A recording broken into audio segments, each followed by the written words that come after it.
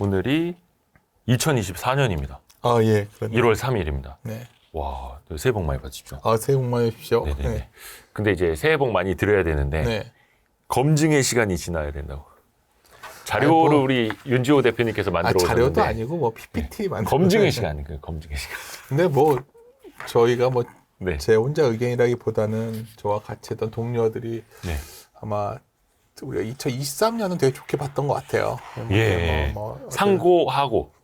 뭐 하반기에는 좀 주춤 약간 생각했던 것보다 톤을 낮췄지만 여하튼 네. 연간으로 23년 매우 좋아 보였어요. 이유는 뭐냐면 우려가 컸다는 거죠. 그러니까 사람들이 걱정을 많이 했거든요. 예를 들어서 상반기에는 이거 그 인플레이션 안 잡히는 거 아니야? 이런 걱정들을 많이 했는데 네. 인플레이션이 잡혀갔죠. 그래서 주가가 올라왔고 하반기에는 이제 경기 침체가 본격화될 거야. 막 실업률이 엄청 올라갈 거야. 막 얘기했지만 경기 침체보다는 이제 연착륙 얘기 내지는 뭐 경기가 악화되지 않으면서 금리가 내려갈 수 있어 이런 기대까지 옮겨지고 있죠. 네. 잘 생각해 보시면 2020년, 22년 말에 저희가 상고하고 얘기할 때는 24년에 대한 기대가 높지 않았거든요. 좀 더 자신 있게 말을 할 수가 있었는데 이 검증의 시간은 무슨 의미냐면은 지금 한 12월부터는 시장이 올라오니까 네. 글로벌 증시가 다 같이 뜨거워지니까 이제 사람들이 지나치게 시장을 이제 내가 잘못 본 거 아니야? 뭐 이거 진짜 강세장이 엄격한 게 나온 거 아니야? 이렇게 말을 하는데 사실 2023년이 강세장이었거든요. 23년이 강세장이었다. 그렇죠. 그렇죠. 예. 나스닥이 40%가 넘게 올랐고요. 우리나라 안 오른 것 같은데 우리나라도 코스닥이 거의 26%, 27% 올랐어요. 이 정도 오르면 28.7%. 엄청난 강세장이었던 거예요. 네. 지나고 나서 보면은. 네. 그럼 이제 올해는 그러면 그 정도의 속도가 나올 거냐, 24년에? 네. 그렇게 보지는 않고 있고요. 결론적으로 말씀드려서 좀 약간 시장이 앞서간 부분이 있기 때문에 앞서간 시장에 대해서 이것이 검증이 돼야겠죠. 뭐 앞서간 게 뭐가 있을까요? 이제 일단은 연준의 점도표를 보면 네. 내년도에 금리 인하 전망이 한 3번 정도로 돼 있어요. 네. 그렇죠. 점도표상으로 이따 그림 가져왔는데 패드 같이 보면은 거의 7번 금리 인하로 이미 되어 있어요. 더 많이 가고 있죠. 그렇죠. 그러니까 연말에 뭐 다들 뭐 채권 쪽 ETF 사놓으셨거나 채권 매니저들은 만세에 불렀죠. 빅 랠리가 나왔으니까 채권도. 그렇죠. 연말 좋았죠. 연초에 과연 금리가 그렇게 내려갈 수 있을까요, 여기서? 이런 검증의 시간이 필요할 것 같고 또 하나 검증은 뭐냐면 내년도 영업이익이 작년 한 11월까지만 해도 250조였는데 더 올라갔어요, 지금. 260조가 넘어요. 올해. 그러니까 이런 거죠.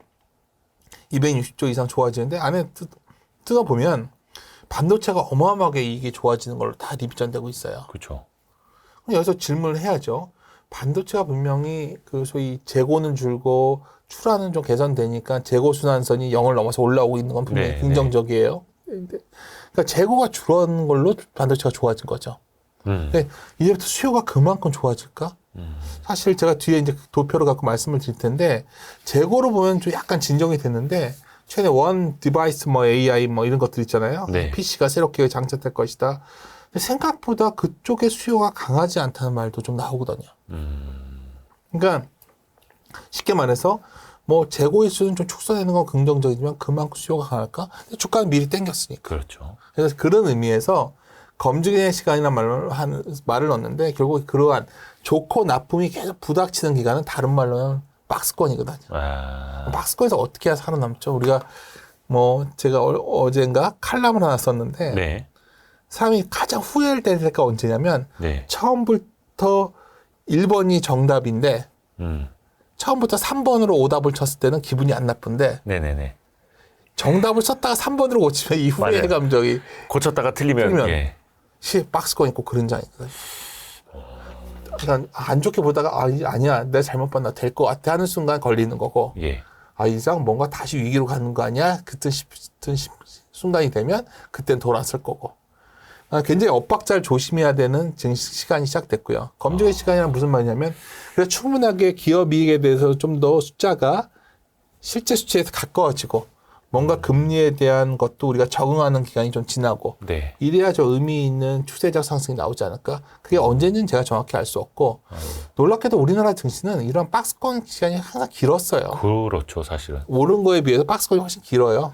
그래서 우리 증시 이름이 박스피 아닙니까? 그렇죠. 그래서 뭐 뭐 그래서 그런 씁쓸한 측면에서 건데, 이거? 본다면은 저 24년을 뭐 지나치게 뭐 상저하고다 상고하셔서 별 의미 없는 것 같고 그냥 연간으로 지수상으로는 좀 급락했을 때 한번 사고 또 뭔가 시장 기대감이 높아지면 줄이고 뭐 이런 전략을 가야 됩니다. 근데 그러면서 이제 제가 첫 번째 가져온 그림이 이게 좀 재미있는 그림인데 이 그림이에요.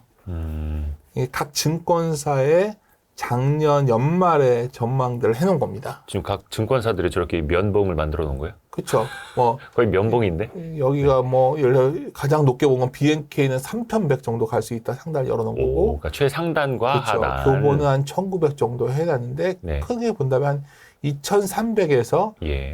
2,000한 6, 700 이 정도가 아마 시장에 바라봤던 그렇죠. 밴드. 사람들이 이제 항상 그래요.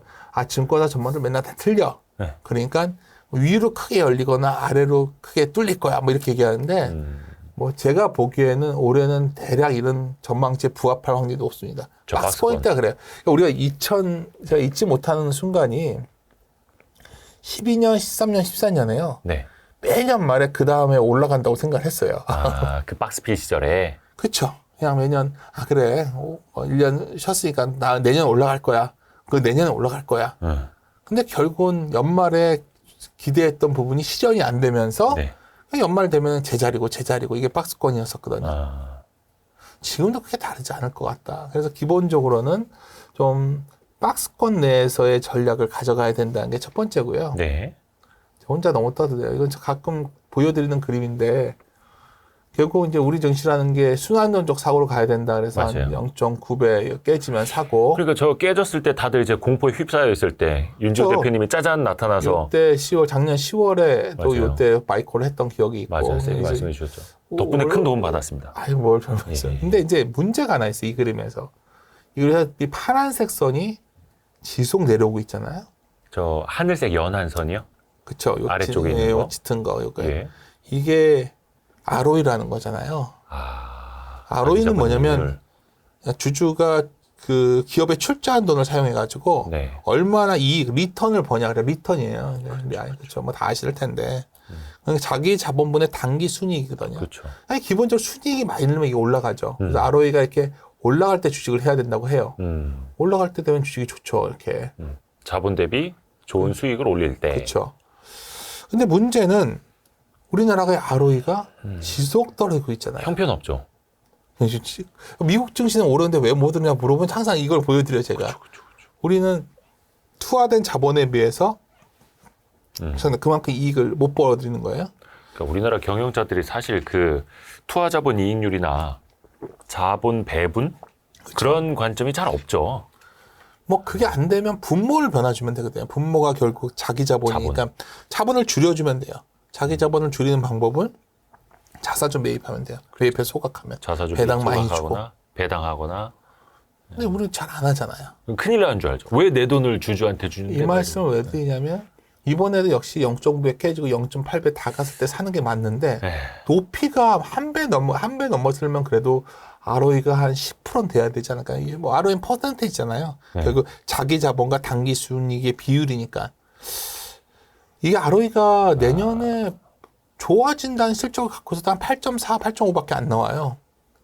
그러면 여기서 저는 이런 거죠. 뭐 지수가 좀 위가 열려도 자본 늘어나는 만큼 그렇게 보면 이런 결론이 나오죠. 예를 들어서 우리나라 보면 ROE가 이게 파란색 선이 되어버렸대요. 네. 성장률만큼 내려오는 거예요, 계속. 아, 저 아래 거 보는 거 아니고 위에 것만 봐야 이게 되는 이제 거죠? 파란색 선이 ROE고 네. 이 검은색 선이 성장률인데 결론은 거의 동일하게 간다는 거죠. 성장률 떨어지는 만큼. ROE도 떨어지고 그렇죠. 있고. 근데 이제 연도별로 보면은 자기 자본은 순자산은 그냥 늘잖아요, 조금씩. 네네네. 그러니까 내년을 바라볼 때 그럼 정말 위를 어느 정도 열 수 있냐, 여기서. 네네네. 그냥 평균적으로 좀 많이 순자산 늘면 한 5% 늘거든요. 5% 는다고 치면 0.95배, 한 배 넘기가 만만치 않아 보여서 ROE가 이런 레벨이라면 그러면 한 2,750 나오더라고요. 계속 말씀드리는 게 우리가 여기서 위를 크게 열려면 네. ROE가 확 좋아지면서 아니면 뭐 요새 정책 모멘텀이 좀 있는데 네네네. 뭐 대대적인 무슨 뭐 기업 친화 정책, 뭐 주주 친화 정책 주주 친화. 강조하는 뭐 대만식으로 뭐 배당 어느 정도 해야 되고 뭐 이 정도 정책이 나와지면 위기가 열리겠죠. 그런 게 아니라면 현재 ROE 레벨에서는 시장에서 기대하는 것처럼 뭐 3천 이상을 가고 뭐 2,900을 넘어서고 이거는 무리가 아닐까 하는 게 제가 생각하는 기본적인 생각이에요. 그렇죠. 저희도 뭐 와이스트리트에서 저도 정말 수없이 이야기를 하고 있습니다만 네. 주주 환원, 네. ROE 개선, 그리고 효율적인 자원 배분, 네. CEO들의 역할, 이게 좀 달라지긴 해야 되는데 그래도 뭐 정부에서 금융위원회에서도 계속 코리아 디스카운트 해소, 또 얼마 전에 대통령도 그쵸. 금투세 유예나 또 3법 개정 필요성도 이야기를 그래서 해가지고 그게 이제 달라지고 시장에는 있습니다. 확실히 좀 기대 요인이 좀 되고 있는 건 사실이에요. 왜냐하면 우리 증시가 본질적으로 주식시장을 막 복잡하게들 얘기하는데 네. 왜 우리나라 미국 증시와 다르냐고 얘기하면 미국은 뭐 돈을 벌기도 잘 벌지만 뭐 자기 자본을 엄청 줄이는 노력을 하잖아요. 버는 만큼 돌려주고 자기 자본은 또 많이 쌓아놓질 않고. 그렇죠. 그냥 다 줘버리잖아요. 그냥 주주들한테. 네. 그러니까 미국의 기업들은 뭐냐면 투자할 게 있으면 돈을 모아서 투자하고 벌면 다 나눠줘버리거든요. 그게 당연하다고 생각하는 거죠. 그렇죠. 그게 네. 좀 이해 안 가실 수 있는데 미국 증시가 그래서 많이 올라가는 거거든요. 그게 정상인데 사실. 그러니까 우리가 비교할 때 그 차이가 있는 거고 우리 증시는 이제 또 문제가 뭐냐면 뭐 다 알다시피 주식 분할 같은 저희 문제들 때문에 기업 분할. 그렇죠. 기업 분할 문제 때문에 어쩌면 주주 가치가 많이 훼손되고 흔히 우리가 오너 가치, 그러니까 오너들의 가치가 주주 가치에 우선하는 분위기가 여전하기 때문에 아까 계속 말씀드리지만은 왜 한국이 참 아쉬운 게 네. 그래서 좀 조심스럽지만 고 이종우 센터장님, 이종우 센터장님, 센터장님이 항상 그 말씀 많이 하셨거든요. 우리나라는 박스권 장세다. 이 말 참 많이 하셨어요. 책에서도 많이 쓰시고. 정말 공감하는 부분이거든요. 우리가 1980년대에도 그때 한창 증시 열풍이 불어가지고, 그때 이제 우리 증시가 이제 3조 호황으로 확 올라와요. 네. 87년인가? 그때 거의 1000포인트 넘어간 뒤에 90년 내내 1000포인트 못 넘었었어요. 네. 그러다가 IMF 금융이 끝나고 나서 IT 버블 지나고 나서 우리가 중국 모멘텀 때문에 2007년까지 주가가 2000포인트를 넘어갔잖아요. 네. 기억나세요? 지금 사람들 다 헷갈려 하는 게 그때는 미국이 금리를 올리고 올라가는데 주가가 올라갔어요. 금리 이상으로 중국 성장이 좋았거든요. 아하. 그러니까 금리가 올라가면 뭐 빠지고 금리가 내려가면 오르고 이게 사실 적절하지 않은 게 금리 이상의 성장이 나오는 시대였어요. 중국이 세계 경제의 편이 되면서. 금리만 볼 게 아니라 금리도 그렇죠. 보는 거죠, 사실은. 그때 2000년대 주식의 주도주는 소위 중국 관련주였고, 예. 뭐 중국 내수주부터 화정자부터 뭐 난리였죠. 그렇죠. 그러면 이번에 이제 잘 생각해 보셔야 되는 게 지금 시점에서 많은 분들이 이제 주가가 많이 올라왔으니까 이제 엄청 치고 나갈 거다 하는데, 뭐 AI 같은 것들이 그런 소위 새로운 수요를 열 것이다. 뭐 이런 얘기를 다 하죠. 근데 그렇죠. 제가 보기에는 결국 우리가 2000년대처럼 강한 상승이 나오려면 중국이라는 새로운 어떤 동력을 얻어서 우리가 갔는데 지금 어떻게 보면 있는 시장 갖고 싸우는 시장이 돼버려가지고 결론적으로 제가 드리고 싶은 요지는 뭔가 새로운 게 나와서 이번에 3천까지 왔었는데 네. 3천을 넘어갈 모멘텀이 강하지 않다면 우리 증시는 상당 기간 박스필 확률이 높다는 거죠. 사실 지금 코스피도 연말까지 한 2660 정도까지 간 다음에 네. 뭐 연초에 약간은 조정은 받고는 그쵸. 있습니다만 거기에서 더 치고 올라갈 동력은 보이지를 않고. 그냥 위가 치고 가도 정확히 우리가 정점은 알 수 없죠. 네. 우리가 주식을 공격적으로 사야 될 때가 있고 예. 주식을 언제 늘리냐는 거죠. 그럼 제가 말씀드린 박스권에서 주식 늘릴 때는 뻔합니다. 바이더 딥이에요. 뭔가 안 좋은 뉴스 나왔을 때 사야지만 빠졌을 때 사고. 그렇죠. 그럴 때 왜 사면 되게 쉽지 않고요. 뭐 그런 게 첫 번째 제가 드리고 싶은 말씀이었고 거꾸로 가라. 네, 두 번째는 이제 제가 이제 미국 금리랑 물가 얘기 좀 할게요. 물가, 예. 알다시피 이제 뭐 다 아는 거니까 드디어 인플레가 잡혀가고 있죠. 이렇게. 네. 근데 이제 보시면은 점도 보면 아까 말했던 내용처럼 네. 금리가 이제 내려가고 있죠. 네. 시장에서 제일 원했던 게 뭐였냐면 소위 경기 침체가 없어도 금리가 내려가는 상황? 골디락스. 그렇죠. 이거를 매우 기대했던 거예요. 지금. 네. 근데 지금 상황은 정말 그렇게 갈 것인지 안 갈 것인지 이거는 두 번째고 네. 일단 내년에 금리가 전후에 내려가는 건 다들 기정사실화 됐어요. 근데 문제는 이 전도평상처럼 그냥 내년에 여기 현재는 3번 정도 내리는 걸로 되어 있는데 네. 시장에서는 이 정도가 아니에요. 지금 뭐 패드워치 제가 업데이트 최근 거 안 해서 그러는데 패드와치 보면은 내년 3월 확률이 거의 90%까지 갔다가 지금 한 80%대까지 온 것 같아요. 네. 그리고 거의 160pp 넘게 하락하는 걸로 돼 있거든요. 그러면 여기서 이제 사람들 기대하는 건 이거죠. 1995년에 그 소위 경기 침체가 안 왔음에도 선제적으로 금리 인하를 해가지고 결국은 그게 효과를 받아가지고 주식이 랠리가 크게 한번 났어요. 네. 그러니까 지금도 그런 경기가 안 좋은 게 아닌데 선제적으로 금리 인하해가지고 좋은 효과가 나올 거다. 네. 뭐 이런 논리가 지금 시장에 힘을 얻고 있는 겁니다. 근데 내일 보면 지금 약간 그 95년 얘기하고 그러는데 전 오히려 시장에서 밑에 좀 깔린 생각 중에 하나가 너무나 분쟁이 많고 올해 좀 시끌시끌하잖아요. 특히 올해 세계 각국의 네. 선거가 원체 많아가지고. 그렇죠. 뭐 대만 선거도 있고 있지만 재미있는 거는 제가 이제 다른 분이 쓴 책에서 뭐 권력 자본론이라는 책인데 네. 이 책의 어떤 부분이 되게 흥미로워서 제가 그림으로 거기서 따와서 인용을 한 건데 결국 이 군비가 늘어나면서 물가가 참 오랫동안 고금권을 유지했다는 게 70년대 시나리오 중에 하나거든요. 네. 70년대 갈등이 많았잖아요. 네네네. 근데 지금도 뭐 이스라엘전 좀 진정되는 것 같지만 계속 뭔가 군비를 늘리는 분위기. 평화의 시대가 좀 끝나고 뭐든지 잘 안 끝나잖아요, 전쟁이. 그렇죠. 뭐 이런 방산주가 된다 이런 얘기를 들려는 게 아니라 네. 제가 여기서 드리고 싶은 요지는 물가가 정말 과거로 돌아갈 수 있을까? 못 돌아간다는 얘기를 자꾸 드리는 거예요. 다시 뭐 미국 물가가 뭐 한 1%대 상승률, 그쵸. 2% 정도의 뭐 상승률. 제가 좋아하는 하워드 막스가 예. 최근에 계속 그 말을 하는 이유가 뭐냐면 그런 시대는 끝났다 이제. 뭐 이런 거잖아요. 뭐 저금리 시대, 제로금리 시대 그렇죠. 끝났다. 그러니까 뭐 주식보다는 채권 중에서 좀 약간 금리 높은 거 갖고 있는 게 더 낫다. 그 정도 주식이 수익률 나올 수 있냐. 뭐 이런 논리의 배경은 기본적으로 물가가 뭐 어마어마하게 내려가기는 쉽지 않은 거 아니냐. 기본적인 생각이 깔려 있고요. 또 이런 부분도 있지만 또 하나 봐야 되는 건 뭐냐면 연초에 지금 오늘 사실 녹음한 날 네. 그 미국 증시가 좀 출렁였는데 1월 3일입니다. 그렇죠. 저희 1월 3일. 내용을 보면 결국 이 국채 수급에 대한 고민들이 있는 거예요. 그러니까 미국채 10년물도 네. 작년에 5%까지 갔던 게 네. 작년 말에 거의 3.8 깨고 내려갔다가 네.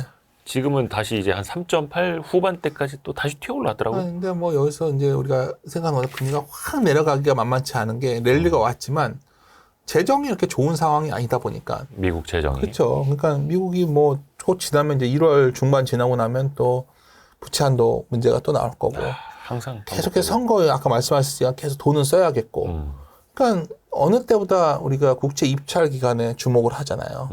네. 그러니까 금리가 지금 다들 이제 금리는 다들 채권 사야 돼 막 이러고 있는데 캐리로 하는 건 괜찮아요. 이제 만기 네. ETF 중에서도 만기가 일치시키는 ETF가 있어요. 그런 게 수치 난 거지. 뭐 자본 차익을 얻는 이 채권이 과연 지금 시점에서 그렇게 매력이 있을까?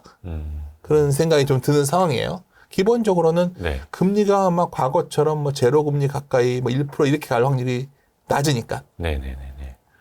그러니까 만기 이자율 받는 전략은 괜찮지만 지금 시점에서 어떤 그 금리 차이 따먹기 전략은 채권 시장에서 쉽지 않다. 그렇죠. 그리고 이제 또 하나 문제는 이게 기회와 위험 요인이 동시에 있는 그림인데 이게 아마 수수께끼 같은 부분이잖아요. 아마 이게 어떤 이대호 차트인가요? 기자님도 많이 이제 경제 같은 프로도 가지고 하시면 네. 미국이 고용이 너무 좋다 이게 많이 들으셨잖아요. 그렇죠, 그렇죠. 단적인 게 이게 미국의 고용 구직 비율인데 거의 2가 넘었었어요. 이게 무슨 말이냐면 일자리가 2배가 많았던 거죠. 사람 하나를 두고 일자리 두 곳에서 손짓을 그렇죠. 하는. 그러니까 사실 시장에서 되게 기대했던 거는 고용 시장이 너무 단단하지 않냐. 그렇죠. 그러니까 고용이 좋으니까 미국 소비가 좋고 실업률이 예전처럼 안 올라오고 이게 무슨 경기 침체가 어떻게 와 뭐 이런 거잖아요. 구조적으로 호황이다 막 이러고. 그렇죠. 근데 이제 이게 일자리가 없는 이유가 네. 권리 찾을 게 없이 우리나라 봐도 저녁에 가게들이 못 열어요. 일할 사람이 없잖아요. 그러니까 쉽게 말해서 수요가 늘어서 실업률이 낮은 게 아니라 노동 공급이 없어서 실업률이 낮은 거죠. 그러니까 대표적인 게 베이비붐 부모들이 은퇴하잖아요, 지금 다들. 네. 일본 같은 경우에도 일본 여행들 많이 가시니까 택시 기사분들은 다 노인분들이잖아요. 그래서 우리나라도 지금 택시 잡기 힘들죠. 그렇죠. 예. 그러니까 이해가 가십니다. 그러니까 사실 기업이나 자영업자 입장에서는 이게 어쩌면 일자리가 계속 부담이 돼서 소비가 엄청 늘어난다기보다 어쩌면 비용 부담이 앞으로도 계속 이어져. 그러다 보니까 여기에 파생해서 시장에서 가장 기대되는 소위 내러티브가 뭐냐면 로봇화돼야 돼, 자동화돼야 돼 이 얘기가 나오는 거죠. 뭐 식당 가도 로봇 하죠, 막 이 얘기 나오는 거죠. 뭐 주문도 이제는 다 저도 각자 주문해서 하잖아요. 물론 네. 그게 그렇게 가는 이유는 알고 있지만 다 떠나서 지금 이 시점에서 우리가 미국 고용시장의 수수께끼를 풀다 보면 이것이 지금 고용이 너무 단단해서 마치 수요가 엄청 강할 것이다. 이 논리는 적절치 않다는 거고 고용의 실업률이 안 올라오니까 경기가 나쁘지 않다. 이것도 사실 질문을 던져봐야겠죠. 뭐 이런 부분들도 있고요. 그래서 저희들이 생각하는 거는 올 인북의 금리가 한번 다시 튈 수 있다고 저는 생각을 갖고 있어요. 이거 좀 욕먹을 수 있는 내용인데 금리가 다시 튈 수 있다. 미국 채 10년이 네. 이게 여러 가지 상황이 오히려 1분기에 지금 연간으로 보면 이제 기준금리가 이렇게 내려갈 거죠. 근데 미국 10년이 검은색 선이 내려가겠죠. 근데 이게 이렇게 뭐 엄청나게 내려가기는 쉽지 않아요. 뭐 3.5, 3.6이면 매스값 아닐까 보고 있어요. 근데 이번에 벌써 왔었잖아요. 네네. 그러니까 계속해서 시장에 앞서 반영했단 말을 등에 일단 금융시장을 보면 그런 것 같아요. 그래서 저는 1분기에 많은 사람들이 이런 아까 그 연간 전망 해놓으신 것들 보면 거의 다 상고하자는 얘기를 많이 하더라고 올해를. 상고하죠. 일단 상반기까지는 좋을 왜 거다. 상반기가 좋은 거냐면 상반기는 그냥 오르는 거 있었으니까 좀 올라가다가 네. 11월에 미국 선거 있으니까 그때도 빠지고 올라가는 이 논리인데 그러니까 선거 앞두고는 좋을 거다. 저는 선거 앞두고 선거 이후에는 잘 모르는 게 그 전에 좀 빠질 거로 보는 거예요. 하반기에는. 그러니까 상반기에는 일단 정책 모멘텀도 있고 뭐 하니까 올라갈 것이다 하는데 저는 오히려 시장 자체 요인에 의해서 좀 이거 우리가 금리가 많이 내려갈 거로 보고 또 경기 침체는 뭐 거의 없다 보는 이런 견해들이 뭔가 약간 생각보다 좀 별론데? 뭐 이런 얘기가 나오면서 주가가 좀 출렁이는 게 오히려 1분기가 아닐까 그런 생각도 갖고 있어요. 다시 기회가 온다는 거죠. 거꾸로 생각해 보면 다시 기회가 올 수 있다. 왜냐하면 다음 그림 때문이에요. 네.